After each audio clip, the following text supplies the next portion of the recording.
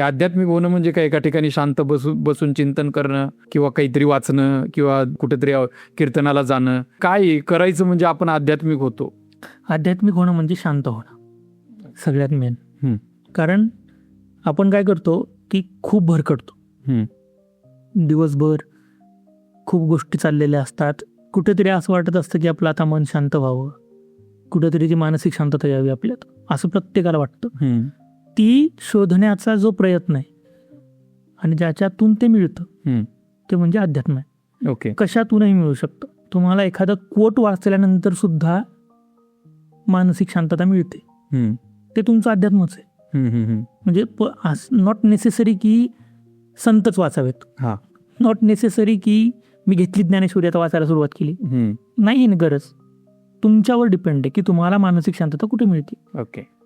मला इथे शांत वाटतंय आत्ता, संपला माझा अध्यात्म इथंच आहे.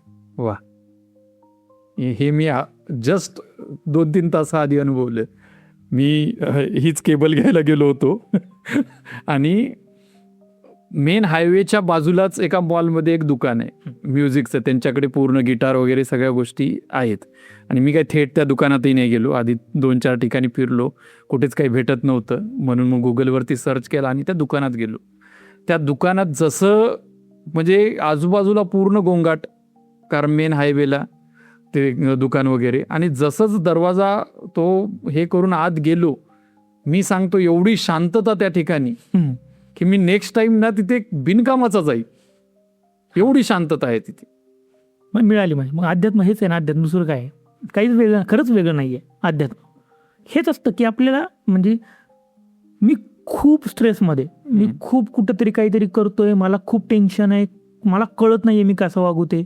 मला जर संत तुकाराम महाराजांच्या अभंगातल्या 4 ओव्या वाचून त्यांचा अर्थ कळून जर मी शांत होतोय, माझं अध्यात्म तिथं आहे.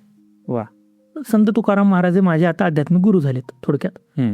कारण मला माहिती आहे जे मला हवंय ते त्यांच्या ओव्यातून मला मिळालंय, जे मला हवंय ते पसायदानातून मला मिळालंय, जे मला हवंय ते दासबोधातून मला मिळालंय.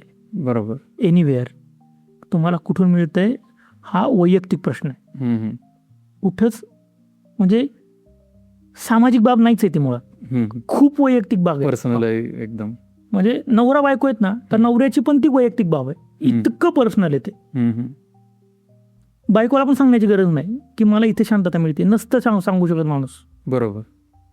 ती मिळते आपल्याला आतून. मला वाटतं शांत, मी सांगू शकत नाही कोणाला, अरे आता मला शांत वाटायला लागलं, हे मी कसं सांगणार? वाटतंय मला शांत झालं, माझं आहे तो, ती माझी स्टॅबिलिटी आहे, मेंटल स्टॅबिलिटी मला मिळाली आहे आणि मी ती आता अनुभवतोय. बस तो फील घेतोय मी आतून. बरोबर. मला छान वाटतंय, पॉझिटिव्ह एनर्जी येते, वाईब्स येतात मला छान. करेक्ट. अध्यात्म आहे माझं तिथंच. वा.